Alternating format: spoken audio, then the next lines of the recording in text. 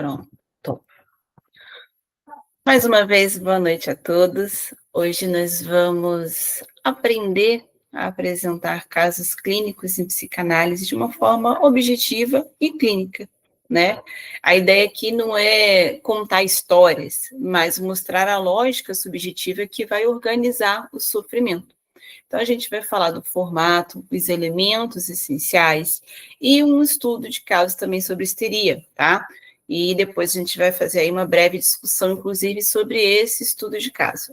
Essa é a primeira parte, tá? Que a gente vai falar dos casos clínicos no nosso próximo encontro. Vamos dar continuidade nesse tema. Apresentar um caso clínico, né, não é narrar a história ou a biografia do paciente. É apresentar um caso, né, recortar aquilo que estrutura a vida psíquica do sujeito. Então, a gente tem 3 objetivos claros de uma apresentação clínica. Primeiro, mostrar qual é o sofrimento que retorna na vida do sujeito.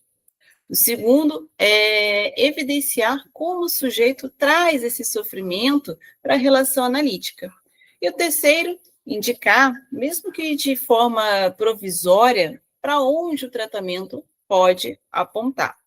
Existe um erro muito comum confundir relatório com a leitura clínica, né? Os relatórios, eles descrevem, a leitura clínica vai interpretar. Por exemplo, se o paciente chega ali com ansiedade, não basta dizer ali, tem ansiedade, tá? É preciso dizer como essa ansiedade está se manifestando, quando ela aparece, o que ela protege na vida do sujeito. Vamos pegar aqui, por exemplo, um paciente de 28 anos que está procurando o atendimento por insônia persistente. E aí ele relata que desde um término recente, ele passa noites vigiando o telefone. Então, o sintoma aparece quando há possibilidade de abandono.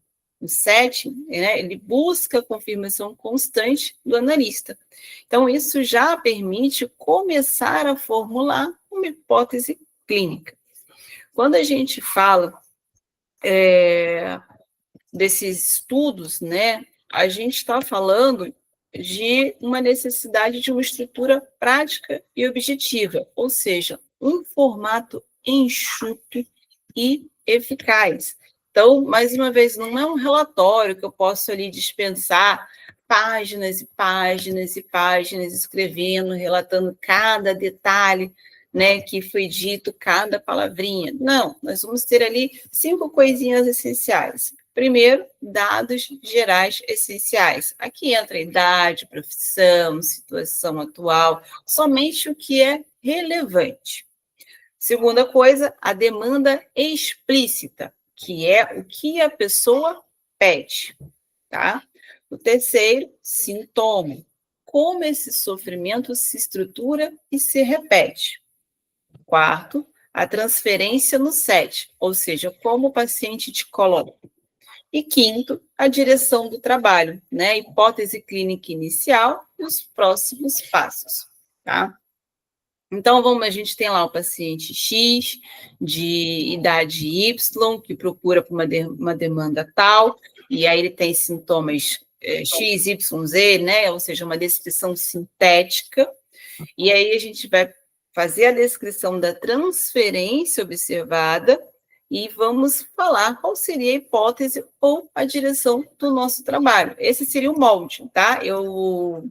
Depois, quando a gente for fazer o estudo de caso, isso vai ficar mais claro. E eu também vou deixar um material para vocês, que já passei para o pessoal da Sobrapa, que tem essa estrutura para vocês avaliarem, olharem, treinarem, inclusive, tá? Então, é bom treinar esse molde, porque ele força a economia do relato e traz a clareza clínica, tá? Bom, os elementos clínicos essenciais, então, né, são a demanda, os sintomas, transferência e escuta. A demanda, né, é o pedido consciente, ou seja, quando o cliente, o paciente chega ali, ele vem fazendo uma queixa, né? Vim porque não durmo direito, vim porque eu estou com insônia, vim porque eu tenho excesso de raiva. mas frequentemente, né, a verdadeira demanda é mascarada. A demanda raramente coincide com o problema real, tá? A demanda ela é um filtro. Quando ouvimos a demanda, precisamos anotar o que é explícito, o que está faltando na fala, o que se repete. Por exemplo, o paciente diz que tem problemas para controlar a raiva, mas essa raiva pode estar protegendo o desamparo inaceitável, ou seja, o problema não é o controle da raiva, e sim esse desamparo inaceitável. Quando a gente consegue chegar na raiz desse desamparo, a gente consegue trabalhar esse controle da raiva. Então, a pergunta clínica seria: o que esse pedido, né, que do paciente é controlar a raiva, está realmente protegendo?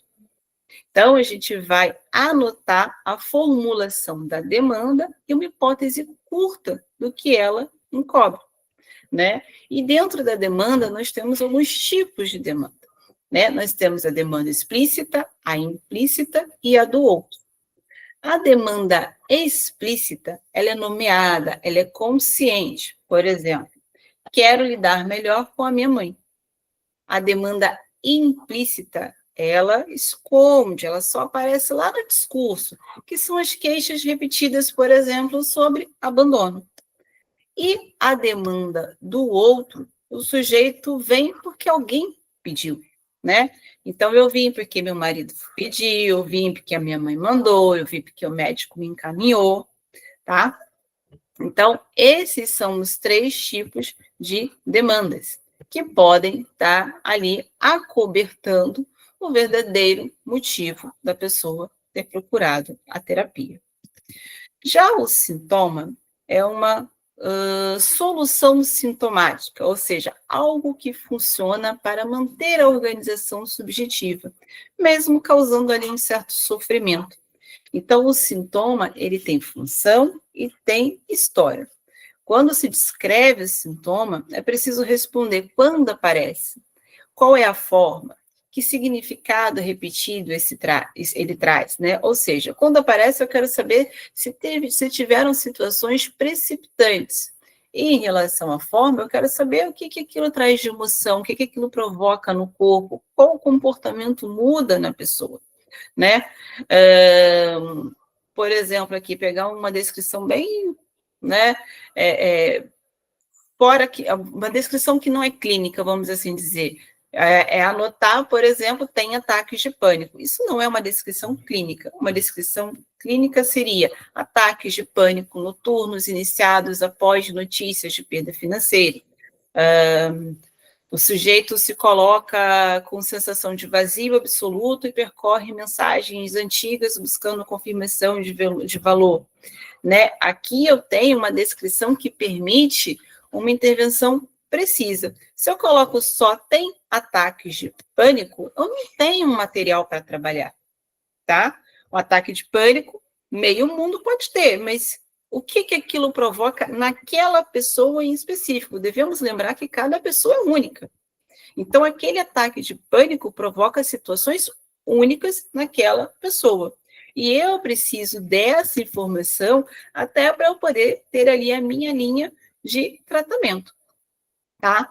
Então, as funções dos sintomas, né, é preservar o sujeito de algo insuportável, compensar uma falta, marcar um pedido inconsciente, a fala do sujeito, né? E os sintomas se apresentam em angústias, repetições de relações, medos sem explicação racional, somatizações, procrastinação, tristeza sem motivo claro, compulsões, né? E existe um erro clínico muito comum aqui, que é tentar acabar com o sintoma de forma rápida. Isso tanto da parte do paciente, como em alguns casos de alguns terapeutas, tá? Isso apenas remove a defesa, mas não vai transformar o sujeito, que é o nosso ideal, ok? Bom, nós temos também aqui, quando falamos de casos clínicos, né, a transferência e escuta. que são ali essenciais dentro do nosso setting, né? A transferência é a repetição relacional dentro do setting, ou seja, como o paciente coloca o analista num papel que pertence a alguém significativo, né? Essa transferência se vive, não se debate, e ela se manifesta em atos, perguntas, silêncios, exigências. Já a escuta analítica, ela é atenta aos deslocamentos. O que isso quer dizer? O que o paciente repete ao falar? O que volta como comportamento? O que permanece sem dizer? Né? E aqui o princípio prático é descrever uma manifestação transferencial concreta. Por exemplo, procura o analista em mensagens, pergunta se sentiria falta, dramatiza se não recebe retorno imediato. Isso são manifestações de transferência, né? E aí, dessa forma, a gente tem também uma matéria para a intervenção. Então, não é sobre o analista, é sobre como ele aprendeu a se relacionar com o mundo, tá? Vamos pegar aqui uns exemplos clínicos de transferência. Tem o tipo amoroso, é muito comum, se manifesta em excesso de idealização, né? Por exemplo, você me atende como ninguém. Existe o hostil, né, que tem a resistência, tem a desconfiança, ele fala algo do tipo, você não está me dando atenção, eu acho que você não se importa comigo. Tem o dependente, tá, que fica sempre querendo conselho, sempre querendo que você dê respostas, ao invés de ele entrar dentro da análise, vamos assim dizer, quando a gente faz aquela devolutiva, onde ele precisa refletir, ele espera que você dê respostas prontas para ele, né? E nesse caso ele pergunta, por exemplo, o que você acha que eu faço, né? E o que você me indica fazer? Eu termino com ele? Tá? E aqui é muito importante para a gente até identificar o tipo de transferência que está ocorrendo, é trabalhar a escuta analítica. E vale ressaltar que escutar não é ouvir, né? Ouvir é fisiológico. E escutar é ler sentidos, silêncios, pausas, repetições, lapsos, metáforas, defesas. Então, a escuta clínica e analítica, ela não tem julgamento, ela não tem pressa, ela não tem respostas prontas, ela não tenta salvar ninguém, né? E ela não conduz o sujeito a um caminho pré-definido. Para isso, nós temos algumas ferramentas de escuta, que é a atenção flutuante, que é escutar o todo, não só o que é dito. Aí é que entra, né, prestar atenção até nos gestos. A gente tem o silêncio, que é o espaço para o sujeito se ouvir. E a gente precisa respeitar. Tem aqueles momentos que a pessoa vai parar e ela não vai falar absolutamente nada. E isso também é uma ferramenta, tá? A associação livre, que permite o discurso, né, leve, né, e esse próprio discurso, ele leva o inconsciente a se abrir. E temos a interpretação, que devolve sentido, liga pontos, abre caminhos, hipóteses, tá? É muito comum, principalmente no início da clínica, né, para quem está ali começando, confundir a escuta com aconselhamento, tá? A clínica não é consultoria de vida. E o psicanalista, ele não é coach, tá? Ele não é conselheiro também. Então, a gente precisa ter muito cuidado nessa etapa, tá? Onde eu já peguei situações, né, em que a pessoa está ali fazendo a análise e depois ela traz para mim o estudo e tudo mais, ela fica e pergunta algo do tipo assim, nossa, ela sofre muito na mão do marido, não sei o que, não sei o que. Eu falei para ela pensar bem que está na hora de ir embora. Gente, a gente não pode falar um negócio desse. Né, óbvio, a gente sabe que às vezes coça para falar, a gente sabe, porque muitas das vezes a gente trabalha com a empatia, né? E a gente se coloca no lugar e fica pensando, nossa, se fosse eu, faria assim. Mas você é você e a pessoa é a pessoa. Tá? E a gente não pode falar o que a pessoa deveria fazer. A gente tem que entregar uma devolutiva onde ela vai refletir e definir o que é melhor para ela. Por quê? Um exemplo aqui, poxa, se eu estou pegando esse caso, por exemplo, da pessoa que, né, tem muito problema em casa, familiar, etc., briga com o marido o tempo inteiro, e eu vou e falo assim, olha, você não está vendo que está na hora de terminar isso daí? Eu tenho N possibilidades, desde esse marido bater na minha clínica e querer tirar satisfação comigo porque eu mandei a esposa sair de casa, né, um exemplo, até o momento também da pessoa falar, olha, eu não quero mais ser atendida com você porque eu me resolvi com meu marido e você não me deu essa hipótese, você me deu a opção de terminar, sabe? Então, eu não posso definir o destino da pessoa, estamos trabalhando com vidas aqui, tá? Eu não posso definir esse destino. Então, a gente tem que trabalhar com a escuta e não com o aconselhamento, e sempre trazer para o cliente, para o paciente, as devolutivas, onde ele vai refletir, né, o que é melhor para ele, o que aquilo está causando nele, como aqueles sintomas, aquelas situações estão modificando o sujeito. Tá? Então, como que esses elementos, esses 4 elementos funcionam dentro da sessão? A demanda, o sintoma, a transferência e a escuta. O paciente ele chega com uma demanda, ele manifesta um sintoma relacionado à sua história, ele transfere velhos padrões para o analista e o analista, por meio da escuta, sustenta e interpreta o processo.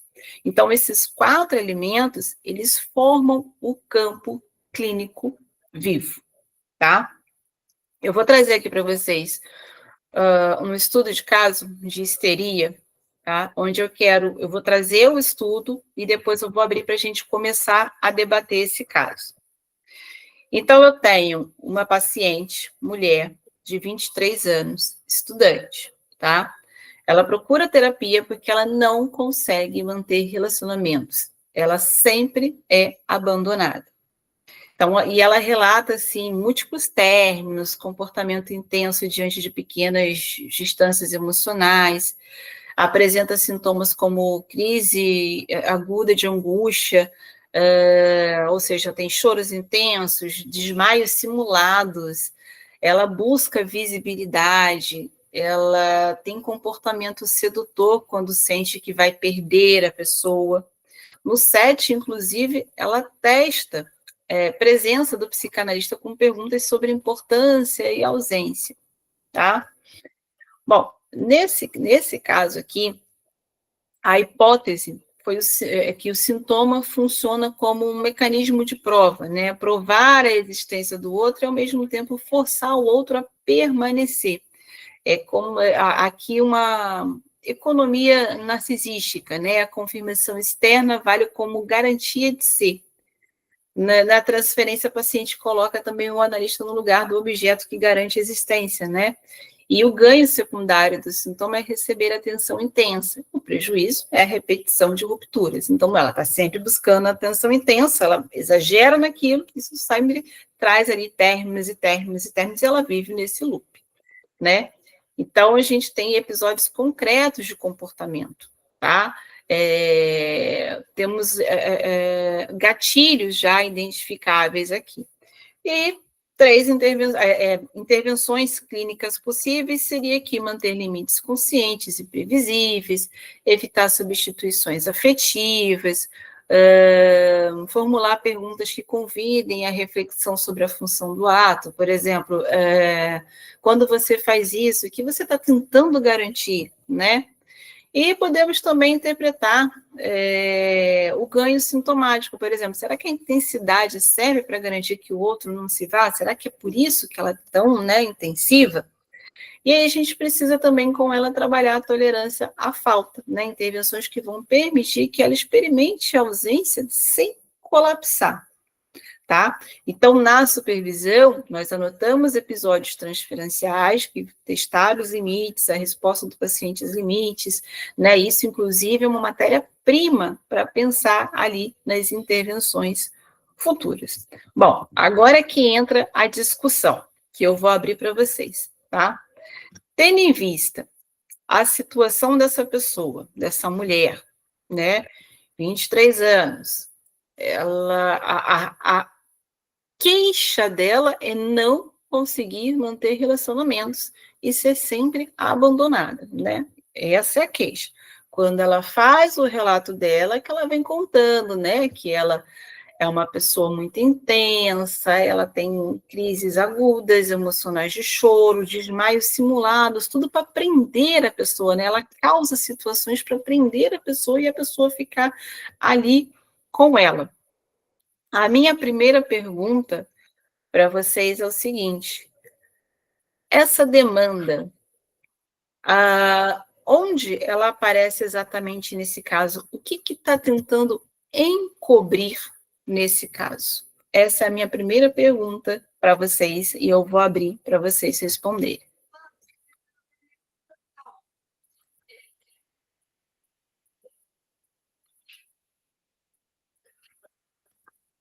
Ninguém?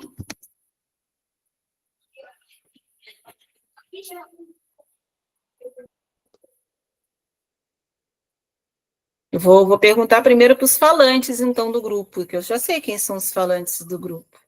Eu tenho o Eric, eu tenho o José, né? São os meus falantes que, quando não falo, eu sinto até falta. Então tá bom, deixa eu começar então. Boa noite. Boa noite, Ana, mais uma vez. Boa noite, José. Será que ela não está querendo validação? Será que ela não está... Talvez, não vou falar em autocomiseração, do tipo assim, olhe para mim, eu preciso que alguém olhe para mim, porque eu não me consigo me relacionar com ninguém. E eu buscaria lá para trás, se ela tem algum conflito com pai e mãe, alguma coisa dessa natureza, do tipo assim, olha, você desse jeito que você não vai se enquadrar em nenhum relacionamento, querida. Aí ela somatizou isso. Então, coloca a resistência. Eu, mais ou menos assim nessa direção, Ana. Ok, perfeito. Mais alguém? Uma coisa para falar? Eric, vamos lá, meu tagarela, você precisa falar um pouquinho. Posso falar? Pode falar, Vamos Gislaine. lá. Opa, vamos lá. Eu vejo ali, né, que ela está tentando encobrir e compensar essa vulnerabilidade interna que ela tem, né, de não se sentir merecedora de amor, né, e também de não acreditar nos vínculos afetivos que ela vem tendo, né. Talvez ali um comportamento ali obcecado, né, por essa insegurança, por tentar manter esse relacionamento, né, e nessa situação de prender é onde entra aí os conflitos dela e esse drama todo. Não sei. Muito bem, lembrando que no setting, né, a gente começa com as hipóteses, então aqui nós estamos com as hipóteses, né?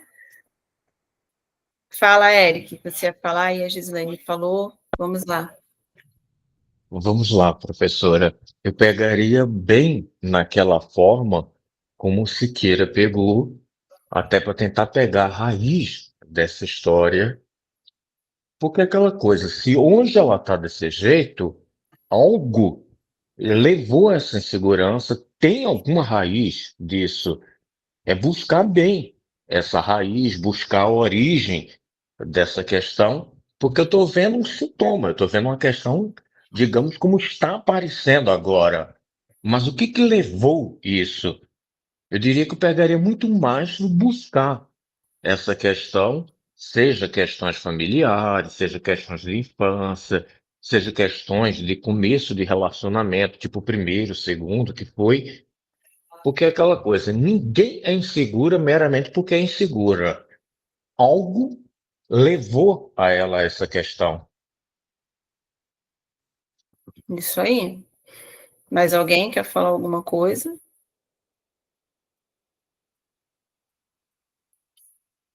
Bom, então, para essa primeira questão, né, ela diz que não consegue, né, manter os relacionamentos e tudo mais. Isso é o que ela traz, não é o que realmente acontece, né? Existe algo ali por trás, né? A demanda explícita dela é querer ser amada, né? E evitar o abandono. Mas, na verdade, ali ela está encobrindo o medo da nulidade, né? Que aí a gente teria que investigar da onde vem esse medo da nulidade. Como vocês mesmo mencionaram, né? Essa validação e tudo mais, da onde vem isso? Relacionamento com o pai, abandono, né? Lá da infância. Mas a verdade é essa. A questão dela não é que ela quer manter relacionamentos ou ela tem medo do abandono. E sim, a verdadeira questão dela é esse medo da nulidade, de não ser vista, de não ser validada, né? E por isso que ela usa truques, como eu até falei aqui com vocês, até mesmo de sedução para poder manter a pessoa. Às vezes não é nem tanto querer ser amada, mas sim querer ser vista, que é diferente, né?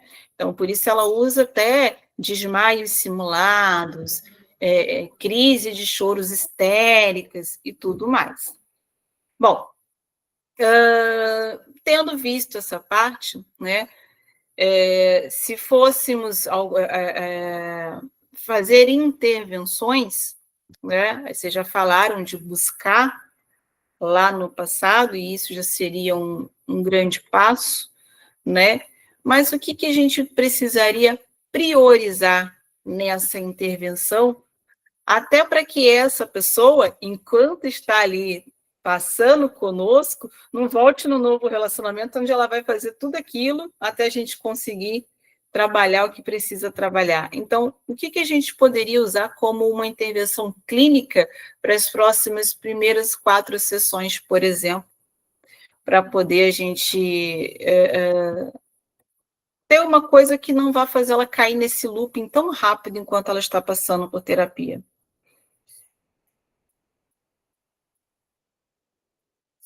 Eu perguntaria para ela,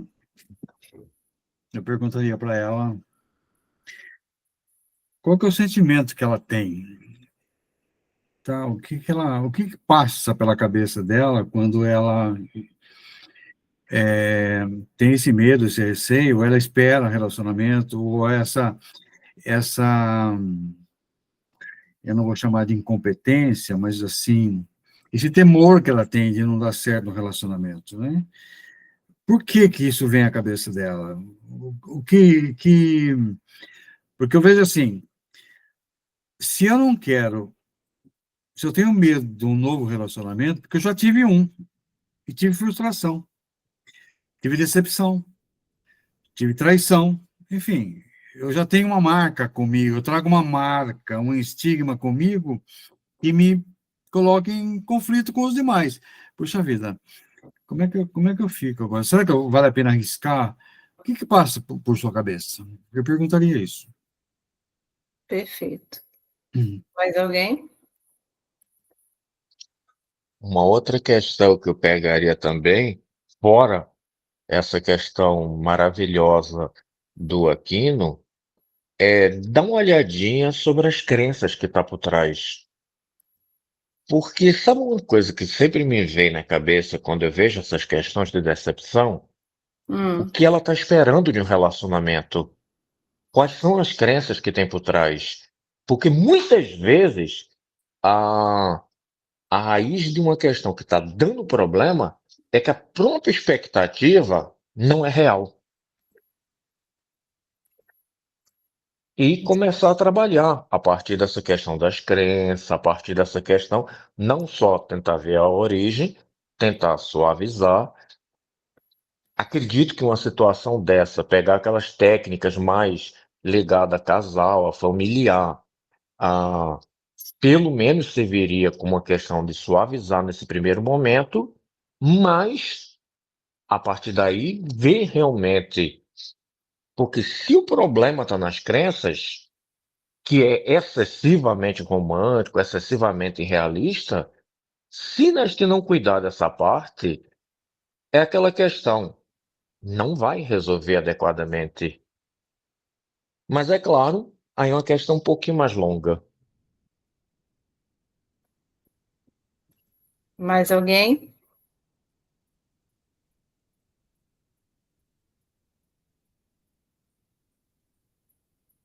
Tá ótimo. Então, vou trazer para vocês outro caso agora para a gente debater.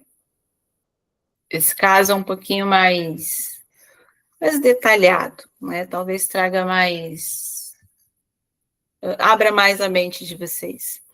Vamos pegar aqui uma mulher de 32 anos, professora, onde a queixa dela é a seguinte: tenho crises de falta de ar e tremores quando estou prestes a falar com alguém ou me posicionar. E o que eu quero é parar com essas crises, porque isso está atrapalhando até mesmo o meu trabalho. Ela foi recém-promovida à coordenação escolar. Esse cargo exige liderança e tomada de decisões, só que com essas crises está ficando difícil para ela. Ela cresceu em um ambiente familiar rígido, pai exigente, crítico, emocionalmente distante. Ela aprendeu desde cedo a não contrariar para poder evitar conflitos. Ela sente medo de desagradar e ser rejeitada e tem dificuldade em dizer não. As crises dela surgem sempre que ela precisa confrontar, ocupar um lugar de autoridade, se posicionar. Então, ela evita a responsabilização adulta, ela impede a vivência de culpa perante o outro, ela mantém um papel até mesmo infantil para poder proteger ali a si mesmo da crítica do pai internalizado. Então, esse sintoma, né, esses sintomas, eles funcionam como uma defesa contra o risco de perder amor, aceitação, tá? Durante as sessões, a paciente, ela fala baixo, ela pede repetidamente confirmação. Você acha que eu estou certa? Você acha que esse é o caminho? Ela evita entrar em temas que envolvam conflito. E quando ela é convidada a refletir sobre a sua responsabilidade nas próprias escolhas, ela começa a chorar e muda de assunto. Ela também usa muito diminutivo, né, nas palavras, né, e ela tem movimentos discursivos observáveis, né, o riso em momentos de dor, aquele riso meio nervoso, sabe? Evitação do olhar quando fala do pai. Então, ela, né, além do fato, como eu falei, ela fala muito probleminha, chatinho, briguinha, pequenininha, tudo sempre no diminutivo. Bom, vou abrir aqui para vocês agora, e a minha primeira pergunta sabendo, né, que ela tem esses sintomas que eu acabei de falar, que funcionam como defesa contra o risco de perder amor e aceitação, né, e tendo em vista o que ela disse que seria a demanda explícita dela, que na verdade ela está escondendo ali, qual realmente é a questão dela, com esse histórico que eu dei para vocês. Eu diria que, como ela já traz umas marcas da infância, você mesma disse que ela teve um ambiente rígido, austero, cobrança, então isso aí isso é nítido na fala dela. E essa questão do diminutivo é infantilização, sabe? Essa coisa de falar bonitinho, pequenininho, coisinha e tal, é um resquício de infantilização, de criança. É a criança que está dentro dela ainda, que não se atreve a sair. Está impregnado nela isso aí ainda.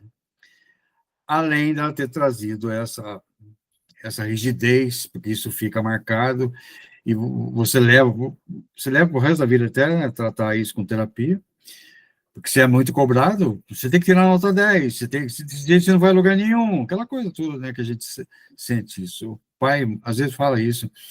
O seu irmão mais velho não é assim, começa a fazer comparações, eu não sei se ela tem mais irmãos, mas, assim, eu acho que ela traz essa marca da rigidez, que ficou nítido isso, e a criança que ela não conseguiu se desfazer ainda.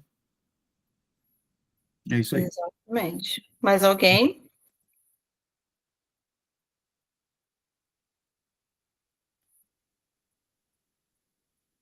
Ninguém?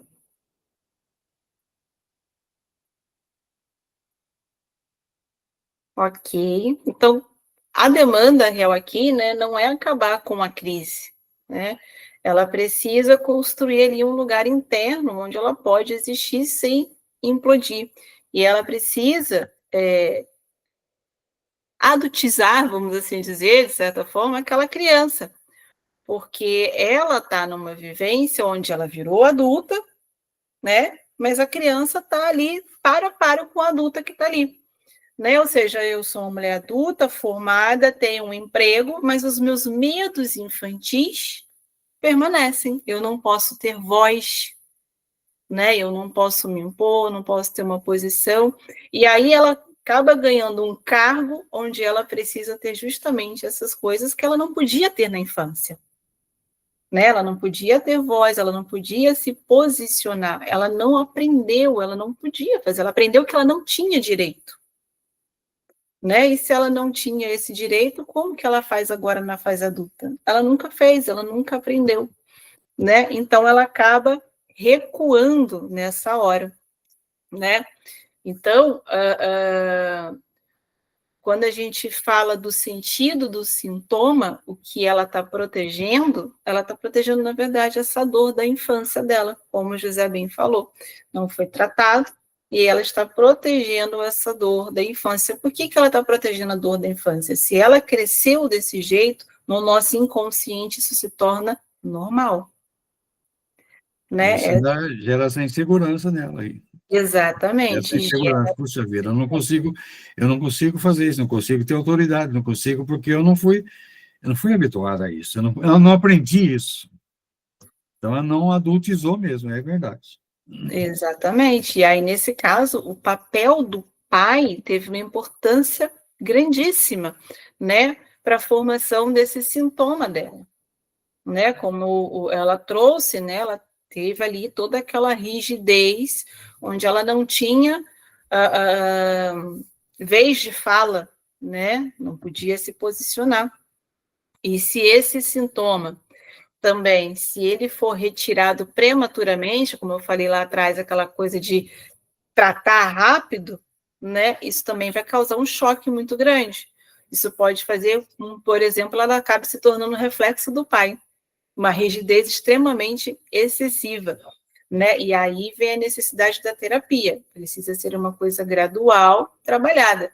Ela não pode simplesmente se forçar, eu tenho que mudar e você assim, porque ela vai acabar se tornando um reflexo do próprio pai. Aquela pessoa. A mudança brusca aí seria prejudicial, teria que ser paulatino o negócio, é. Exatamente. Né?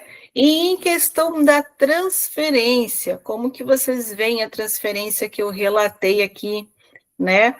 Onde a paciente fala baixo, ela pede repetidamente a confirmação, ela evita entrar em temas que envolvam conflito, e quando ela é convidada ali para refletir as suas responsabilidades nas próprias escolhas, ela simplesmente muda de assunto e até chora.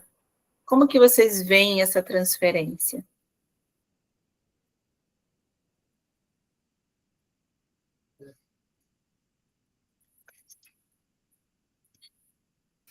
Bom, ninguém vai falar. Hoje acho que essa pessoa está achando meio difícil hoje, hein? Então, está economizando fala aí, viu? Mas, assim, eu acho que é uma consequência mesmo.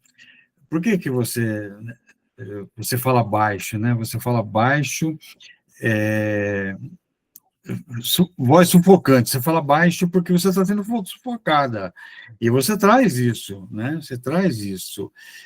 E não é fácil desvencilhar isso daí, porque as marcas que nós trazemos da infância, elas têm um peso enorme na nossa vida adulta. E se arrasta isso pro resto da vida se você não tratar disso, claro. Você vê que ela chora, ela tem medo de falar algumas coisas, ela tem medo de, puxa vida, esse posicionamento que ela tem de tomar, ela não teve esse apoio, enfim, não sei como é que era o diálogo dela com os pais, com a mãe, ou com o pai, mas a figura do pai está nítida aí, né? A força da autoridade está nítida aí, do tipo assim, olha, Você só fala quando você for chamada, tá? Você não abre a boca em qualquer lugar. Você na escola, você escuta a professora, não, tá? Não interfira. Quando você, por exemplo, casar, ouça a voz do seu marido, ou seja, não se posicione, entre aspas. Isso está implícito aí. Né? Exatamente. E é uma coisa que muitos passaram, na verdade, né? Nossa, Dependendo impressionante. da idade da pessoa, eu peguei ainda uma parte que meu pai falava, olha, não pode responder, não pode não sei o quê, não pode não sei o quê, né? E isso marca a gente durante muito tempo, e se a gente não trata, realmente, né? Eu mesma era uma pessoa que durante um bom tempo, se eu não tivesse me tratado, eu não estaria nem falando aqui com vocês, Você porque eu quer não ver tinha uma coisa, Ana? coragem. Isso, quer ver uma coisa? Pode não ter nada a ver com o que nós estamos falando, mas tem a ver ao mesmo tempo. Veja bem, eu não sei se eu já falei aqui, né, numa dessas lives, dessas conversas nossas. Assim, eu sou eu sou da religião católica. E quando eu fiz a primeira comunhão, me foi ensinado que quando você comunga, a hóstia, eu não vou entrar em religião, tá, Ana? Não quero entrar em religião, não quero, eu vou respeitar a religião de todo mundo, mas eu só vou explicitar isso, como é que fica na gente. Então, foi me dito lá, com 7 anos, que não podia morder a hóstia, porque você mordesse a hóstia, era o corpo de Cristo e sairia sangue de Cristo. Menina, Gente, eu não vi isso, criança. menina, isso aí eu trago até hoje. Eu comungo na igreja, eu não consigo morder a hóstia. Eu não mastigo a hóstia. Eu vejo as pessoas virem mastigando na comunhão, todo mundo vem mastigando como se estivesse comendo pipoca. E eu não concebo aquilo. Eu falo, gente, por que mastigar? Se ela pode derreter na boca, é um negócio tão simples. Ela derrete em 2 minutos. Eu não consigo mascar a hóstia. E isso eu volto lá nos 50 anos, lá nos 60 anos lá atrás. Tá? Então, alguém pode falar assim para mim, mas isso é bobagem. Você ficou, é bobagem, mas ficou impregnado. Isso está na minha mente, desde criança. E é assim que acontece com relação à sexualidade. A mãe, tira a mão daí, tira a mão daí. O que você está fazendo com isso? Não é assim que se faz. Enfim, não vamos entrar em detalhe, mas é isso aí, Ana. Fica sabe, para tirar isso. E essa moça está mais ou menos assim, ela está fechada, ela não consegue, porque só a terapia que vai dar um alívio aí, Exatamente, lidar com essas questões internas, né? exatamente. Na transferência, né, ela está reproduzindo ali na relação analítica a dinâmica até mesmo vivida com o pai. Ela se posiciona, sente culpa, sintoma aparece, ela recua. Né? Isso, E aí, nesse caso, o analista ele acaba ocupando o lugar de uma figura de autoridade que ela teme desapontar ou que ela teme enfrentar, exatamente. como era com o pai dela, por exemplo, né? E isso acaba até se tornando uma ferramenta para o analista, né? Porque com essa posição que ele ganhou, vamos assim dizer, ele pode trabalhar em cima da paciente, dando liberdade de expressão para ela, deixando ela falar, deixando ela se posicionar, né? E isso vai trazer aí um grande diferencial, um alívio, inclusive, para ela, tá? Exatamente. Você falou uma coisa interessante aí que a gente leva isso para análise, né? Leva isso no setting terapêutico. É a diferença de ouvir e escutar, né? Ouvir é fisiológico, você falou muito bem isso. Ouvir é fisiológico e escutar é o sentimento, é perceber, percepção. Perceber o olhar, o choro, a lágrima, a fala, o gesto, o não verbal. Então, Quantas vezes eu observo o olhar e eu falo, quer chorar, pode chorar. Aí isso, a pessoa, vá, é isso né, aí. porque às vezes a pessoa está segurando, mas se a gente está realmente escutando, a gente percebe que a pessoa quer chorar. Eu Né? tenho um paciente que ele diz que não consegue chorar em velório. Ele não consegue, ele fala para mim, eu não consigo chorar. Olha só. Aí você vai buscar e tem aquela coisa lá, ó, o homem não chora, tá? Tem essa coisa lá de trás, tá? O homem não chora. E ele é duro na queda. Então, eu percebo isso daí, sabe? Eu sempre tenho uma caixinha de lenço logo lá no set, porque acontece mesmo, Uhum. claro. Tem que chorar. A lágrima, ela tem o seu valor. O choro tem o seu valor, porque é uma expressão. É uma expressão. Exatamente. Então, o terapeuta, né, quando ocorre a transferência dentro do setting, até mesmo na supervisão, né, ele pode usar essa transferência como ferramenta para trabalhar, aproveitar aquele papel que ele ocupou, né, e se utilizar como ferramenta terapêutica, né? Isso. Então, no caso dela, por exemplo, se ela me vê como o pai dela, aquela pessoa rígida, eu vou mostrar a não rigidez e dar espaço para ela falar, né? E dar espaço para ela nomear o que ela sente, o que é muito importante, né? Porque a partir do momento em que ela nomeia e que ela entende aquele processo que está acontecendo com ela, aí é que a cura começa a acontecer, né? Esse é o primeiro passo, poder nomear o que está se sentindo realmente, e não a queixa que ela trouxe, que na verdade é só uma defesa, não é Uma um real. defesa. Exatamente. Alguma dúvida aqui, gente? Alguém quer comentar alguma coisa? Eu sei que a aula hoje foi um pouquinho mais complexa, vamos assim dizer, porque os estudos de caso são um pouquinho mais fechados. Mas eu Mas está vejo. muito boa, viu, professora? Esse tipo de questão mais reflexiva é muito importante, até porque você levantou uma questão que em si eu acho interessantíssima. A própria questão de uma situação dessa dentro de uma situação escolar. Sim, Apesar de eu nunca ter visto nada similar. Mas, com certeza, é algo ah, que é de se deixar bem reflexivo e bem pensativo sobre tal situação. sim. Como você falou, é complexo. Só que assim, a gente tem que lembrar que dentro de um setting clínico, a gente pega desde situações bobas, entre aspas, porque nenhuma situação boba, mas quando eu falo boba é aquela que você fala assim, poxa, esse aqui eu vou encarar de boa. Quanto aquelas que você vai falar, meu Deus do céu, para que lado eu vou? Estou mentindo? Para quem já é mais experiente aí, estou mentindo? Não estou Em mentindo, absoluto, Não em tá, não. absoluto, em né? Com absoluto. certeza não Mas está. você fala, meu Não Deus, está para mesmo. onde eu vou agora? Né? E então esses casos, mas Apesar que esses casos é mais gostoso, viu? Com perdão da palavra.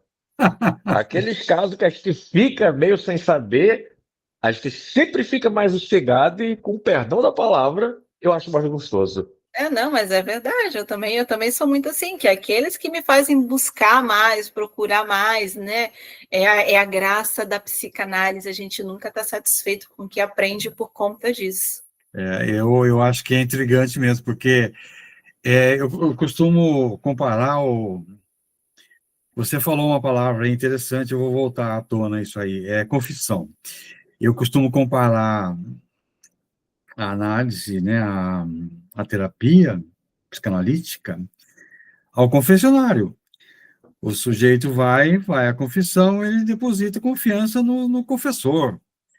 E ele não fala para ninguém, não fala para ela, não fala para o namorado, não fala para o pai, não fala para a mãe, não fala para ninguém, ela fala para alguém que vai ouvi-la. E o terapeuta é assim. Você está de frente lá, ou no divã ou não, mas você está lá ouvindo. É a confiança que a paciente tem em você. É uma pessoa que não conhece, vamos supor, eu não conheço a Ana, eu vou fazer terapia com a Ana. Quem é essa mulher? Será que eu vou falar? Será que eu devo falar isso? Não devo falar? O que ela vai pensar de mim? Sabe uma coisa assim, na terapia? Então, eu acho que a psicanálise, a maravilha da psicanálise é isso aí, é você ouvir a dor do outro, sem resolver a dor do outro, porque ele vai ter que resolver, mas você vai ter que dar os caminhos, do tipo assim, que tal, você pensou já nisso? É assim, respira fundo, toma 5 copos d'água, diga 5 cores, sabe? Respire diafragmaticamente, enfim, eu acho que é maravilhoso, porque você está ali na frente, né? Tem uma pessoa na sua frente que ela está em conflito, ninguém vai resolver o problema dela, ela mesma, aí você está ali para dar um apoio, para escutar, puxa vida. Só vai guiar, né? É só o guia, porque você não vai trazer a cura, você não vai trazer. Nada. Tem um Isso é livro só que o chama caminho, Psicanálise é só Pura. o caminho para o inconsciente, acabou. Isso. Maravilhoso, Né? maravilhoso. Nossa, Eu também eu gosto acho muito. Quando fantástico. vem aqueles casos cabeludos, vamos assim dizer, eu surto, boto o meu supervisor surtado comigo, mas no fim tudo dá certo. Então, eu vejo assim, que nem o Eric falou, quanto mais cabeludo, mais gostoso fica o caso para a gente pensar, puxa vida, isso é para eu pesquisar e vou estudar isso na próxima sessão, a gente tal. É fascinante, é fascinante. Verdade. Eu vou encerrar só a gravação aqui, gente. Se vocês quiserem falar mais alguma coisa, pode ir falando, só por conta do tempo da gravação.